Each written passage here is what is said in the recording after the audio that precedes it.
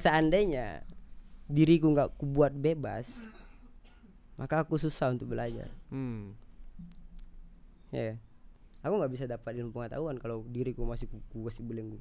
Walaupun fisikku diborgol ya kan, walaupun tanganku diborgol, kaki diborgol, tapi aku masih bisa bebas. Apa yang aku buat bebas itu? Apa tuh? Jiwaku. Apa yang harus aku lakukan selanjutnya gitu. Aku nggak memikirkan 5 tahun ke depan. Aku nggak memikir 10 tahun ke depan, 20 tahun ke depan. Tapi mikirnya uang gitu ya. Uang aja. Pokoknya aku dapat uang hari ini ya gitu. Dah selesai. Dapat uang hari ini ya selesai. Tapi sekarang aku udah ubah itu. Aku nggak boleh gitu lagi. Sekarang aku nggak boleh diperintah orang, tapi aku yang memerintah orang. Kalau aku masih jadi moral budak sampai sekarang ini, aku nggak bisa berkembang. Aku harus menjadi moral tuan. Karena ibu kan maunya dia kan aku sukses gitu kan. Mau gimana pun cara aku harus sukses. Aku harus sukses itu. 1, 2, 4.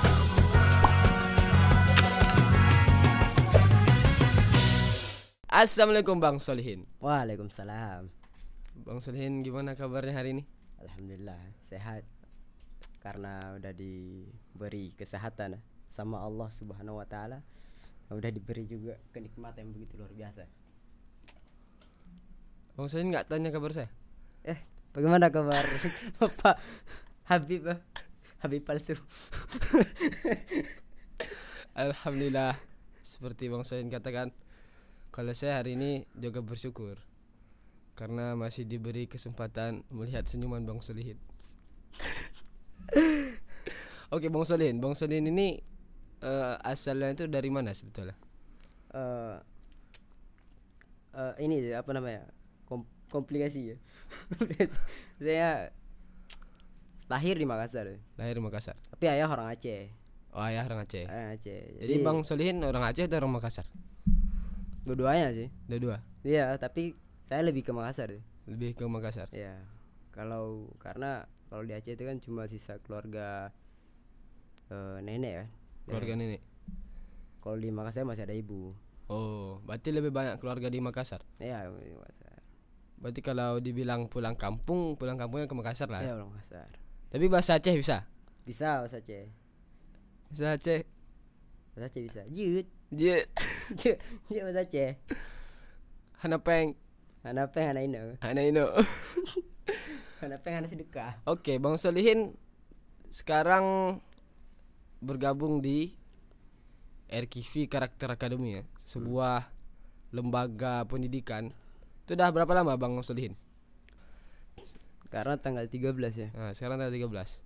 Berarti tanggal 22 ya. Tanggal 22 udah 1 tahun. Oh, udah 1 tahun. 22 Desember nanti. Ya, Desember ini 1 tahun. Udah 1 tahun ya? Iya. Dulu Bang Solihin tuh memang masuk RKV itu, masuk RCA, RKV itu tahunnya dari mana? Sebenarnya sih kan di Makassar tuh nggak ada RKV kan. Oh, nggak ada. Ada RKV, tapi karena ayah saya orang Aceh kan, saya juga pernah ke Aceh. Jadi saya punya sepupu, ternyata dia relawan di Aceh. Relawan ya. RKV. Ya, relawan RKV kan. Itu sepupu saya. Namanya Izzatun Nafis. Sekarang masih di Aceh? Sekarang di Jakarta dia. Di Jakarta. Kuliah. Alhamdulillah. Karena hari itu lagi saya nelpon kan. Saya nelpon tentang dia. Mana ada? Ternyata dia udah kuliah. Habis itu saya nanya masalah buku hari itu. Masalah buku? Ya, aku mau minta buku dia kan. Mau belilah. Mau tanya karena di store-nya itu kan buku semua. Aku mau minta apa? Langsung dia tanya sama aku, "Kamu sekarang gimana?" gitu. Dia kayak nawarin gitu Nawarin RKV. Ya, hari itu kan aku masih bimbang kan. Masih bimbang. Ya, masih enggak kenal RKV apa segala macam kan. Langsung disuruh RKV ini apa ya? Macam baru dengar karena di Makassar kan nggak ada itu RKV. Tapi rencana saya sih saya mau buat cabang di RKV di Makassar. Masya Allah. Di Sulawesi Selatan. Insyaallah itu target tuh. Target dah. Itu tujuan saya juga buat cabang di Sulawesi Selatan. Terus setelah ditawarin saudara abang, akhirnya abang masuk ke RKV? Enggak sih, enggak langsung masuk sih. Nggak langsung masuk. Aku cari tahu dulu. Cari tahu. Cari tahu apa fungsi apa namanya itu. RKV itu sebenarnya Ya, apa? RKV itu sebenarnya apa? Karena yang saya lihat karena dia nunjukin di IG itu. Oh, di IG. Abang langsung ke pusat atau di Aceh dulu atau di Makassar? Enggak langsung. Saya di Makassar itu. Di Makassar. Saya di Makassar. Lewat online. Nggak online. Langsung terbang ke Jakarta. Nggak lihat di GG dulu. Di GG seminggu kayaknya itu. seminggu. Habis itu hari itu aku masih buat pentas seni. Pentas seni. Buat pentas seni di Goa. Hmm. Di Kecamatan Mutinupuk Selatan. Saya buat sama teman-teman di situ, teman-teman Aksara Pandrananta buat pentas seni. Hari itu nelpon Aku lagi ambil bambu itu mau buat seni kan di dalam hutan aku ambil bambu. Pelatih Irwan nelpon. Siapa tuh pelatih Irwan? Pelatih kita lah. Irwansyah. Pelatih Irwansyah. Dia nelpon. Berarti pelatih Irwan tuh orang RKV ya? Ya. Orang RKV. dia nelpon. Aku langsung kaget dari itu. Ini kayak yang kucet kemarin nih, yang aku mau daftar di RKV kan. Langsung aku angkat aja. Oh ternyata aku diterima gitu kan. Di RKV. Ya persyaratannya gini. Dia langsung berangkat. Gak terlalu ribet sih persyaratan. Enak sih kalau aku rasa. Enak sih daftar masuk di RKV itu. Gak terlalu ribet lah. Tapi kalau yang dulu kan ribet ya katanya. Kalau sekarang udah nggak terlalu ribet lagi kan. Abang niatnya waktu masuk RKV itu langsung ngafal Quran atau niatnya cuma pengen tahu aja dulu, habis itu nanti kalau bagus ikutin gitu, atau gimana? Atau memang pas sebelum masuk tuh udah berambisi, aku di sini nih harus ngafal Quran ya, atau kayak gimana? Sebenarnya sih saya dulu nggak terlalu ini sama Al-Quran. Karena pergaulan saya juga di Makassar kan, di Goa. Saya nggak terlalu ini sama Al-Quran. Jarang berinteraksi sama Al-Quran. Saya paling sering berinteraksi dengan Al-Quran itu di Aceh malah. Oh, di Aceh. Di Aceh. Sering baca buku tajwidnya, pakai makhraj. Semua aku pelajari di Aceh. Di Aceh ya? Ya, di Aceh. Itu bahkan aku pernah menghafal juga satu juz tuh. Di Aceh. Ya, pas aku pulang ke Makassar. Aku karena aku udah beranjak dewasa juga kan. Karena aku di Aceh tuh masih kayak SMP gitu ya. SMP. Jadi di Makassar itu SMA. Saya udah beranjak dewasa jadi udah gaul lah gitu kan. Iya. Malah karena di suatu kampung itu juga nggak terlalu ini dengan Al-Quran kan. Gaul bebas, pergaulan bebas lah gitu. Jadi nggak terlalu ini sama Al-Quran. Berarti Bang Solihin yang sekarang tuh udah beda banget ya sama Bang Solihin yang dulu. Cerita sedikit kisah Bang Solihin dulu. Memang Bang Solihin tuh gimana dulu sebelum masuk RKV Indonesia? Ya kayak manusia biasanya juga sih. Manusia biasa. Kayak manusia biasa juga, hidup makan ya. Makan, tidur, kerja. Tapi ya. Oh, kerja apa tuh? Tapi kan kerja banyak sih pekerjaan aku. Dulu di Aceh pernah kerja juga itu. Di Aceh kerja juga? Pernah kerja. Lebih kerja kecil-kecilan lah. Walaupun ayah masih ada hari itu. Kerja dosmir. Ya. Kalau di Makassar kerja juga. Aku kerja bangunan di Makassar. Kerja bangunan. Jadi buruh bangunan. Jadi ini juga pabrik jagung tuh. Kalau di Makassar namanya Doros. Pabrik jagung lah. Pabrik jagung keliling. Nah, yang penting halal gitu. Halal. Alhamdulillah. Kalau pemuda zaman sekarang itu gengsinya banyak, luar biasa gengsinya itu. Tuh. Gak kebayang gengsinya gimana. Nanti kalau kan aku kan kerja itu masih sekolah, Di sekolah. masih SMK. Sekolah SMK, pulang sekolah langsung kerja Doros itu. Terus lah pabrik jagung. Iya, pabrik jagung itu. Pulang sekolah langsung ganti baju langsung pergi kerja. Pergi kerja. Berarti sekolah sambil kerja. Ya, Ya maksudnya itu ya habis sekolah langsung kerja. ya gitulah, semacam gitulah. Habis pulang langsung kerja. Tapi kerjanya kan sebenarnya nggak terlalu difokuskan gitu sih. Kadang-kadang di musim jagung lah itu. Musim jagung. Musim jagung itu 1 ton dihitungnya 10.000 tuh. 1 ton? 1 ton 10.000. 10.000 rupiah. Kan naiknya ke mobil itu kan ada 8 ton 10 ton, jadi dapat pulang uang itu sehari 80.000, 100.000, paling banyak 100.000. Itu abang yang ngangkat tuh? Kita yang ngangkat, abang yang ngangkat. Ya, saya bagian di depan, bagian ambil di, kan ada itu baskom di depan itu. Baskom di depan, turun kan, apa jagungnya udah turun, gua angkat. Tapi itu kan dulu. Itu masa-masa yang masa dimana kita pengen butuh uang gitu kan. Butuh uang. Tapi itu kalau saya rasa itu mental miskin sebenarnya sih. Kalau saya rasa. Karena sering pengennya uang gitu, uang. Tapi aku nggak terlalu memikirkan masa depan gitu. Apa yang harus aku lakukan selanjutnya gitu. Aku nggak memikirkan 5 tahun ke depan. Aku nggak memikir 10 tahun ke depan, 20 tahun ke depan. Memikirkan uang gitu ya. Uang aja. Pokoknya aku dapat uang hari ini ya gitu. Selesai. Dapat uang hari ini ya selesai. Tapi sekarang aku udah ubah itu. Aku nggak boleh gitu lagi. Sekarang aku nggak boleh diperintah orang, tapi aku yang memerintah orang. Kalau aku masih jadi moral budak sampai sekarang ini, aku nggak bisa berkembang. Aku harus menjadi moral tuan. Jadi Bang Solihin kan di Makassar kan zaman dewasa kan. Ya. Tentu pernah tuh kayak kalau kita kan anak-anak muda tuh pasti pernah kayak dekat semua cewek gitu kan. Oh, itu ada. Maksudnya tuh pasti pernah.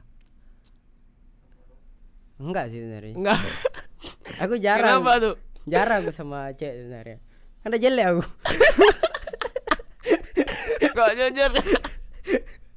Dia memang kalau cewek tuh antara dua. Kalau lakinya suka atau enggak lakinya. Aduh ya Allah. Enggak, kalau aku ngaca dulu sebenarnya kalau mau dekati cewek. Karena aku orangnya pesimis dulu. Enggak, mana tahu kan ada yang mendekati Bang Solihin gitu kan. Enggak ada sih. Enggak ada. Jarang. Sedih kan? Malah bukan sedih sih, malah aku bersyukur. Oh, bersyukur ya?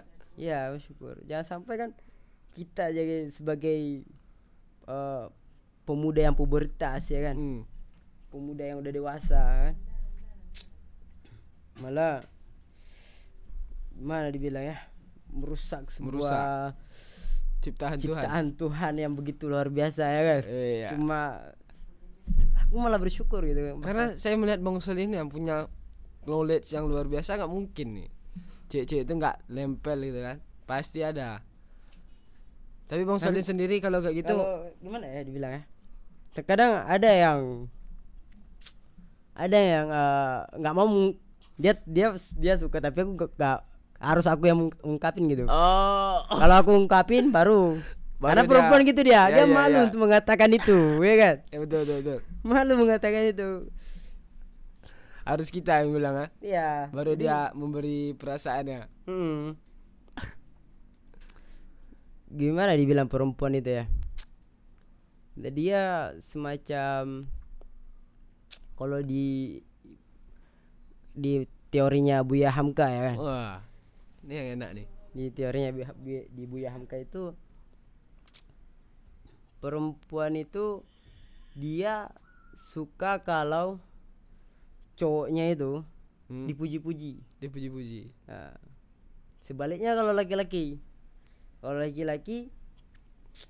dia nggak suka kalau perempuannya dipuji-puji. Dia mau dirinya sendiri. Betul. Kalau perempuan dia suka kalau cowoknya dipuji-puji. Suka banget itu. Ini luar biasa loh Bang Solihin, ini bisa dapat itu teorinya Buya Hamka. Ini Bang Solihin bisa dapat pengalaman kayak gini nih dari mana nih? Bisa punya wawasan luas gitu kan? Pertama sih dari diriku sendiri ya. Dari diri sendiri. Karena aku buat diriku bebas. Wah. Kalau seandainya diriku nggak ku buat bebas, maka aku susah untuk belajar. Ya, aku nggak bisa dapat ilmu pengetahuan kalau diriku masih masih belenggu. Walaupun fisikku diborgol ya kan.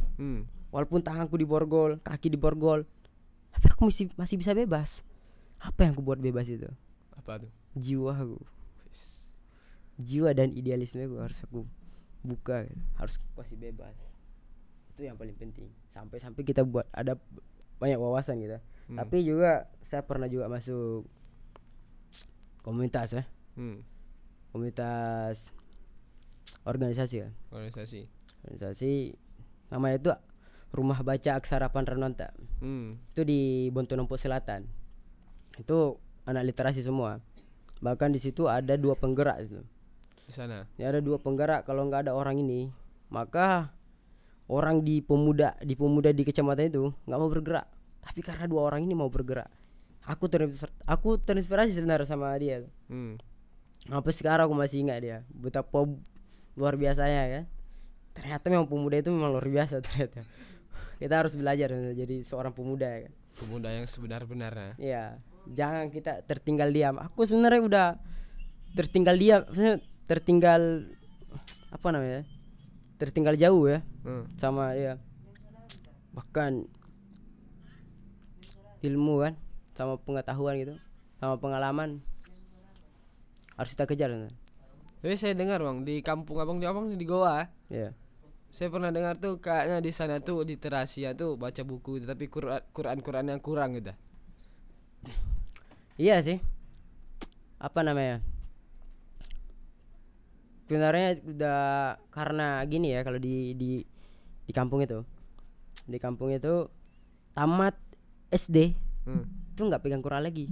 Nggak pegang Quran lagi. SMA itu dilanjut pesantren lah baru dia pegang Quran lagi. Tapi kalau di sekolah formal itu kan, tamat SD itu nggak pegang Quran lagi tuh. Udah apa namanya wisuda udah habis. Kayak pegang Quran nih. Itu jasa sudahnya itu cuma untuk daftar di ini SMP. Habis itu nggak lagi pegang Quran. Beda sama di Aceh ya, karena aku juga bandingkan sama Aceh juga ya. Kalau di Aceh itu ada ini ya, daya-dayahnya. Ada dayah di setiap kampung-kampung ya kan. Ada setiap kampung kalau habis pulang sekolah pergi ke dayah. Kalau di kampung itu di Makassar kan, habis sekolah SD mau SMP nggak ada lagi baca Quran lagi. Setelah wisuda tamat dah selesai. Ya, jadi aku malah pengennya gitu kan. Aku juga punya teman satu kan. Di kampung itu dia udah berusaha sekuat tenaga ini untuk buat rumah Quran ya. Sama dia udah bangun masjid satu di sana. Iya, itu memang udah luar biasa memang pemuda itu, luar biasa. Aku paling kesel itu pemuda yang masih berselimut di pagi hari. Aku paling kesel banget Ya. Paling kesel banget kalau masih ada pemuda sampai sekarang yang berselimut di pagi hari itu. Betapa beratnya waktu yang telah banyak dia buang ya. Kalau kurasa sih, kalau saya lihat kan, pemuda-pemuda di Makassar itu luar biasa semua itu, berani kan, semangatnya luar biasa. Tapi cuma itu satu doang, kurang Quran sih. Kurang Quran. Jadi mimpi Bang Solihin itu apa setelah untuk kampung Bang Solihin? Buka rumah Quran. Buka rumah Quran di sana. Itu udah cita-cita. Insya Allah banyak teman aku di Bonsel untuk bukakan Quran, untuk support untuk di Bontonompo Selatan, di Goa sama Takalar. Cita-cita dua kabupaten itu. Kabupaten Goa sama Kabupaten Takalar buat rumah Quran di situ. Terus kenapa Bang Solihin tuh percaya dari Arkivi ini Bang Solihin bisa menggapai mimpi-mimpi Bang Solihin? Karena aku udah yakin banget ya. Udah yakin banget sebenarnya. ada dorongan ya. Itulah aku di RKV kan. Aku sebenarnya bersyukur masuk RKV kan. Bersyukur banget. Karena aku punya pegangan untuk bisa buka rumah Quran. Sama aku juga udah mulai tambah dewasa ya kan. Mulai dari segi berpikir, dari sikap, semua lah. Aku dapat juga dari RKV juga. Banyak lah perubahan. Banyak perubahan. Karena banyak motivasi kita dengar juga kan. Karena sebenarnya kalau di Makassar itu saya juga nggak terlalu ini juga, nggak terlalu banyak belajar ya kan. Karena fokus kerja juga sih. Fokus kerja apa. Tapi kalau aku apa namanya, semenjak aku masuk di RKV ya kan, aku fokuskan itu, fokus belajar, tambah wawasan supaya aku bisa jadi orang-orang yang terbaik gitu. Tapi yang pertama dulu terbaik di mata Allah ya. Ya kan? Makanya Quran dulu kan? Ya, Quran dulu. Kita harus bersihkan jiwa kita dulu, baru kita bisa bersihkan jiwa orang. Betul. Kenapa Bang milih RKV? Kan sebetulnya banyak tempat-tempat belajar gitu kan. Apakah karena sudah terlanjur atau ada sesuatu yang tak bisa Abang dapatkan di RKV itu? Ya, ini suatu pertanyaan yang pernah dipertanyakan juga sama temanku di Makassar ya. Di Makassar ya. Ini teman yang tanya ini sebenarnya ketua aku juga. Ketua di Makassar. Ketua organisasi tadi ya, bukan? Ketua organisasi ya. Dia tanya begini, ngapain kamu ke Jakarta ya? Ngapain kamu ke Jakarta ngafal Quran? Kan di sini bisa juga kamu ngafal Quran. Yeah. Nah, saya mengatakan di situ nggak semua tempat kita bisa menghafal kan. Kita lihat kondisi kampung dulu ya. Apalagi kampung kita kan kampung mana ya dibilang.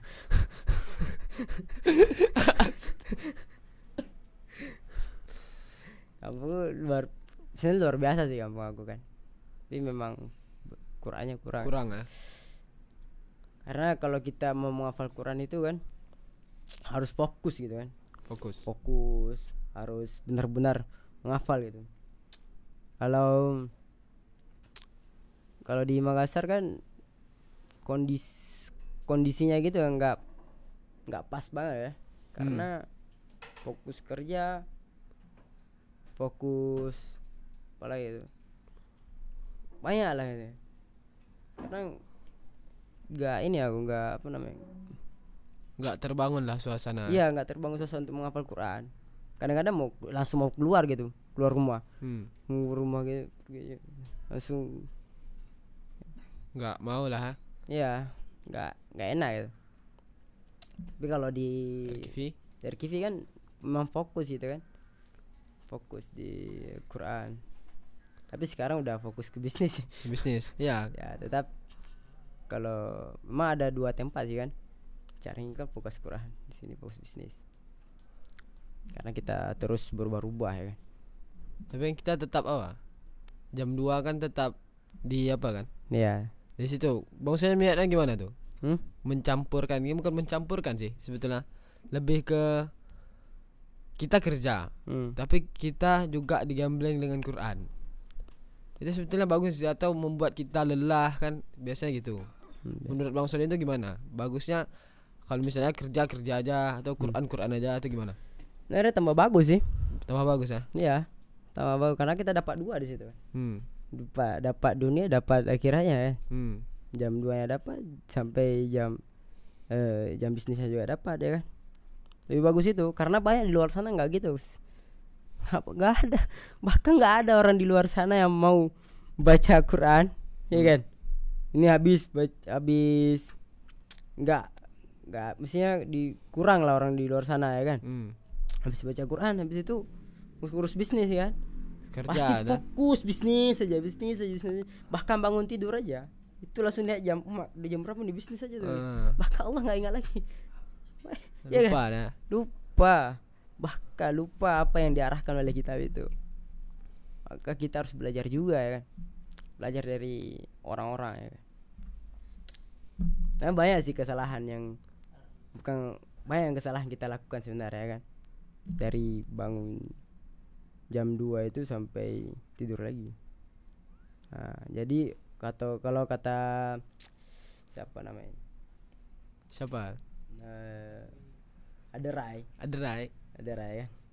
Kalau kata Aderai itu apa katanya itu? Belajarlah dari kesalahan kita sendiri. Jadi sebelum kita belajar dari kesalahan orang, kita harus belajar dari kesalahan kita sendiri. Nah, orang bijak itu adalah orang yang belajar dari kesalahan sendiri. Nah, itu kata-kata Aderai. Kata Aderai. Jadi sebelum kita belajar dari kesalahan orang lain, kita harus belajar dari kesalahan kita sendiri. Itulah orang bijak. Itulah orang bijak. Ya. Itulah. Itu Aderai bilang pas sudah berotot atau belum berotot? Udah berotot. Udah berotot. Mana tahu kan sebelum berotot dia bilang kayak gitu.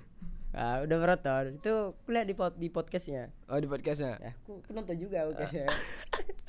Nah, ini kan podcast kita. Ya itulah. Aku lihat di situ. Oh, ternyata bagus juga. Karena banyak motivasi kan di situ kita lihat. Paling kalau kita lihat orang-orang gitu kan, kita harus lihat motivasinya. Kita harus selalu optimis kalau kita lihat, harus positif terus ya. Kalau kita negatif kan nggak bisa kita ambil motivasinya. Nggak masuk motivasinya. Betul. Nah, minum dulu ya. Minum dulu lah.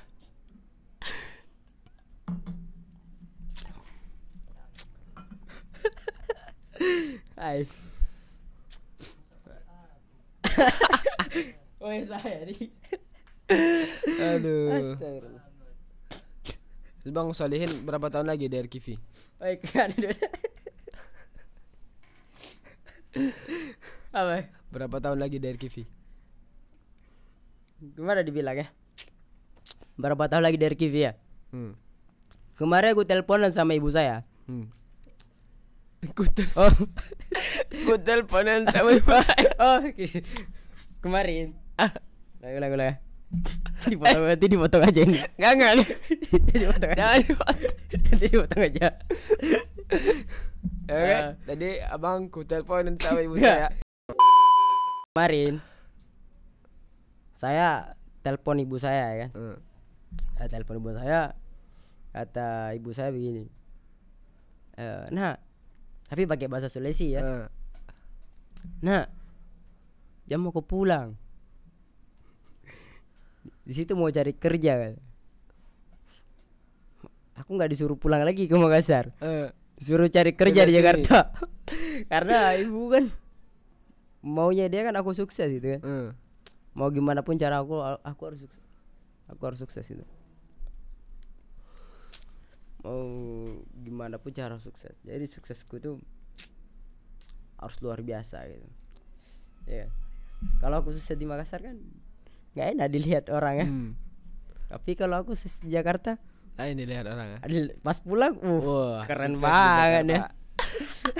Itu Solihin tuh yang ngangkat jagung kemarin. Kok gak jagung? Mak. Ya kan gitu kan kata orang-orang kan melihatnya benar nggak dia sukses nih gitu kan. Karena mungkin melihat masa lalu Bang Solihin kan. Karena orang sifat manusia tuh gitu dia suka nggak yakin dan bisa desas-desus itu jahat. Iya. Itu ada nggak Bang Solihin kayak gitu? Misalnya kayak menjudge Bang Solihin ngapain ke Jakarta gitu kan? Itu nggak ada tuh ngafal Quran. Paling nanti ujung-ujungnya jadi petugas masjid. Ada kayak gitu? Jarang ya. Jarang ya? Ada tapi nggak terlalu. Karena rata-rata yang temanku itu optimis semua. Optimis semua. Berarti mendukung lah. Ya mendukung, optimis. Bang Solihin pernah jadi tukang? Bukan tukang, buruh ya? Buruh. Kalau tukang beda lagi itu. Beda gajinya. Buruh beda gaji lagi.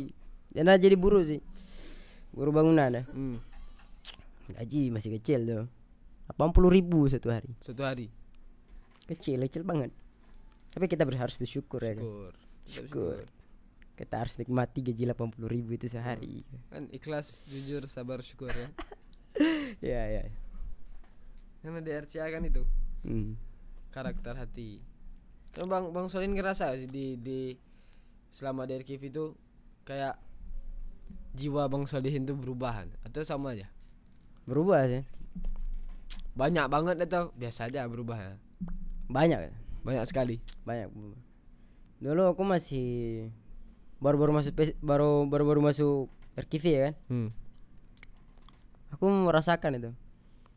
Rasakan jiwa saya yang masih kayak di terbelenggu gitu kan.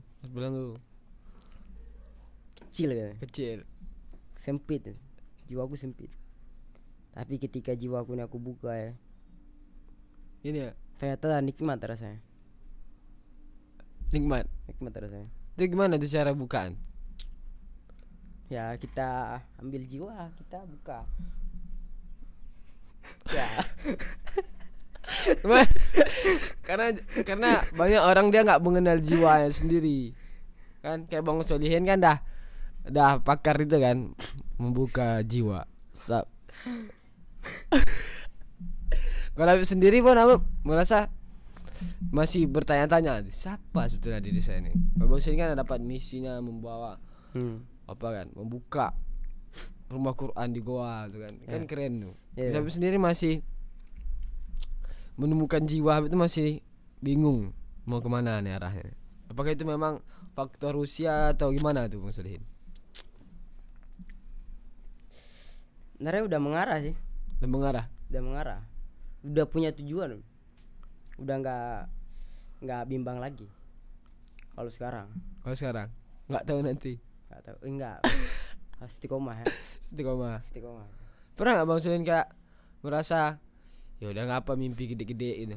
Ada Pernah. bisikan itu pernah. Ada. Apaan? Dari dulu ke dulu itu ada. Sejak SMK, aku dulu kan cita-cita kan mau pengen jadi polisi, tentara ya kan. Mau pengen jadi, bahkan aku push up itu udah berapa kali itu Sehari ya. Banyak kali ya. Mau pengen jadi tentara apa macam. Ternyata pas aku cek nggak tinggi aku. Jadi udah push up banyak. Habis itu baru cek. Rupanya nggak cukup. Waduh, aku udah berdoa sama Allah itu. Itu berdoa. Ya Allah, tinggikanlah aku. Itu sejak udah SMP dulu. Karena aku cita-citaku mau pengen jadi tentara kan. SD cita-cita polisi. SD polisi. SMP SMA mau jadi tentara ya kan. Ya ada tuh doa itu. Ya Allah, tinggikan aku ya Allah. Aku bisa masuk tentara ya. Aku tunggu sampai tamat sekolah masih sama-sama. Tinggi pusat tahun depan 1 senti tinggi ya. Enggak ada berapa. Sekarang udah 20 tahun enggak ada lagi. Ada lagi ya. Pas kemarin aja pas tes CPNS kan. Lapas. Itu ini 160.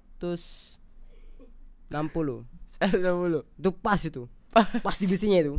Itu sakit banget tuh pakai roll. Pakai roll itu penggaris besi. Digini-gini di kepala ini. Sakit. Iya. Masuk lapas. Gitu ya. Bahkan kaki juga digituin. Terus gagal masuk CPNS. Bukan gagal sih. Apa namanya? Kan gini ceritanya. Aku daftar ini juga. Daftar sales di PT Akari. Itu ada teman saya yang kasih masuk itu juga. Kalau nggak ada dia aku nggak bisa masuk juga. Ada orang dalam lah. Ini kan pas itu aku daftar sales sama lapas. Ya lapas 2 kan. Hari itu kan aku udah masuk udah lewat tes pertama ini. Kan ukuran aku pas 160 kan. Kalau tentara kan harus tinggi. Harus 1 berapa 70. itu ya? 65 lah. 70 enggak? 165 kan. 165. Iya, 165 kayaknya. Kayaknya sih. karena aku belum pernah gitu. Belum pernah. Mungkin itu tuh nggak dikabul sama dia. Ini anak mau tinggi berapa nih? Aku kasih 1 senti aja lah. Dulu berapa sampai SMA kayak. Sampai SMA itu aku masih berdoa sama Allah tuh. Ya Allah, tinggikan aku ya Allah, tinggikan aku ya Allah. Aku mau daftar mau jadi tentara ya Allah, tinggikan aku ya Allah. Sampai sekarang belum dikabulkan. Bukan tidak dikabulkan, Belum tersampaikan ya. memang hukum Mungkin karena doaku belum tersangkut di langit kayak. Kayak ada tahan ya. dia hukum Allah tuh dia stabil ya. Nggak mungkin Bang Solihin dalam sekelip mata besoknya tinggi kayak gitu. Tapi emang tinggi sih. Tapi terasa tambah tinggi ya. Ya terasa ada 1 senti lah. Terasa 1 senti. Ada 1 senti. Ya aduh. Ini apa namanya? Kemarin tuh tes kedua pas ikut tes komputer. Nggak ikut aku. Oh, itu mungkin salah satu penyebabnya. Nggak ikut. Yang kan tes pertama kan saya lulus. Tes kedua nggak ikut. Sombong sedikit ya. Karena orang teman-temanku ikut semua itu di tes komputer. Tapi rata-rata temen nggak ada lulus. Oh, nggak lulus. Kirain ikut lulus. Ya, aku nggak ikut. Karena yang pas hari itu ternyata aku diterima jadi sales itu. Oh, sales terima, tapi TNI gagal. Ya, jadi sales itu aku mending yang jelas. Kalau aku pilih CPNS ini, kalau aku tinggalin hari itu kan, hari ini kan, aku tinggalin hari ini berarti sales itu nggak kepake jadi ya. Padahal yang jelas itu udah jadi sales itu. Kalau aku ikut tes CPNS lagi kan hari itu, maka sales nggak ini. Tapi hari itu aku ubah. Aku nggak ikut CPNS, aku kerja sales saja. Tapi 3 bulan kemudian datanglah COVID tuh. Jadi abang masuk ke RKV pas COVID lah. Iya, pas COVID lah. Pas COVID. Oh iya, pas COVID. Desember ya. Desember. Ya pas Desember tuh perusahaan banyak apa tuh? Banyak tutup juga. Kayak berapa bulan ya? Berapa bulan COVID? Iya. Berapa? 5 bulan, 4 bulan ya? Kan COVID tuh mulai marak dia bulan Maret tuh, Maret 2019. Iya. Berapa bulan ya? Berapa bulan aku baru masuk RKV ya. Jadi COVID. Aku juga masuk RKV juga gara-gara itu juga sih. Gara-gara COVID itu juga. Aku harus punya apa? Kayak bingung lah ini ya. Bingung lah mau kegiatan apa gitu kan, kerja nggak ada gitu. Ya, nggak ada kerjaan apa. Mungkin pergi nuntut ilmu aja lah. Ilmu aja lah. Rupanya dapat yang bagus ya. Pergi hafal Quran apa kan, sambil kuliah juga di RKV ya. Iya. Sekarang udah kuliah? Insyaallah tahun depan. Amin ya Allah. Insyaallah dijabah sama Allah. Amin. Insyaallah enggak kayak doa tinggi lagi ya. Ya enggak lagi. Karena ini dia kalau doa tinggi sama doa abang yang kuliah ini lebih Allah lebih mudah dia untuk ngabulkan yang kuliah karena sebab-sebabnya jelas. Oke, Bang Solihin, ini terakhir ya. Bang Solihin coba sampaikan kepada teman-teman Bang Solihin, orang-orang kampung Bang Solihin kan, apa pesan-pesan Bang Solihin untuk mereka. Saya untuk pertama sih untuk keluarga ya.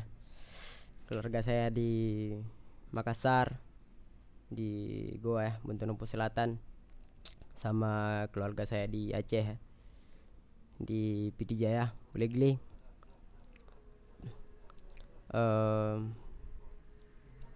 Sama pesan untuk teman-teman saya juga di Buntu Numpu Selatan ya.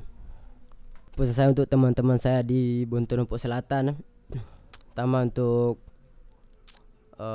organisasi Rumah Baca Aksara Panrananta, selalu semangat ya. Jangan sampai idealismemu terbelenggu, jiwamu harus bebas terus. Kalau di bukunya Jalaluddin Rumi itu Saya juga terinspirasi dari bukunya itu karena sering di situ Rumi bertutur, jika fisikmu terbelenggu, maka buatlah jiwamu menjadi bebas. Karena kalau jiwa menjadi bebas, maka segala sesuatu yang kita lakukan terasa nikmat, terasa bahagia. Karena ada satu cerita orang gila yang diborgol tapi tetap ketawa-ketawa. Jadi dokter itu mengatakan ini fisik masih diborgol tapi dia masih ketawa. Itulah jiwa. Jiwa itu dibuat kayak gini, melayang-melayang. Jadi kalau jiwa udah melayang-melayang, itu entah apa kenikmatan kita rasakan itu. Bahkan kita kalau di RKV itu ingin tetap di RKV itu. Kalau kita jiwa kita udah bebas itu. Coba buat jiwa kita menjadi bebas, maka kita di RKV akan terasa nikmat. Itu aja tuh teman-teman saya juga untuk di RKV kan, sama teman-teman di kampung. Itu buat jiwa kita menjadi bebas dan buat semangat kita menjadi membara-bara. Jangan sampai kita tertinggal sama teman-teman yang lain kan. Kalau kita tertinggal kan nggak enak juga kan. Kita mau buat apa nanti, karena nggak sama. Ya itu aja. Oke, terima kasih Bang Solid. Assalamualaikumnya itu. Oke, terima kasih Bang Solid telah menemani podcast kali ini. Ya, saya sebagai yang telah mengundang Bang Solihin ucap terima kasih dan mohon maaf jika ada salah. Oke, yang nonton jangan lupa like, comment, share dan juga jangan lupa subscribe. Karena nanti kalau nggak subscribe nggak tahu kan video-video terbaru kita. Jangan lupa nyalain juga loncengnya. Ting. 1, 2, 4.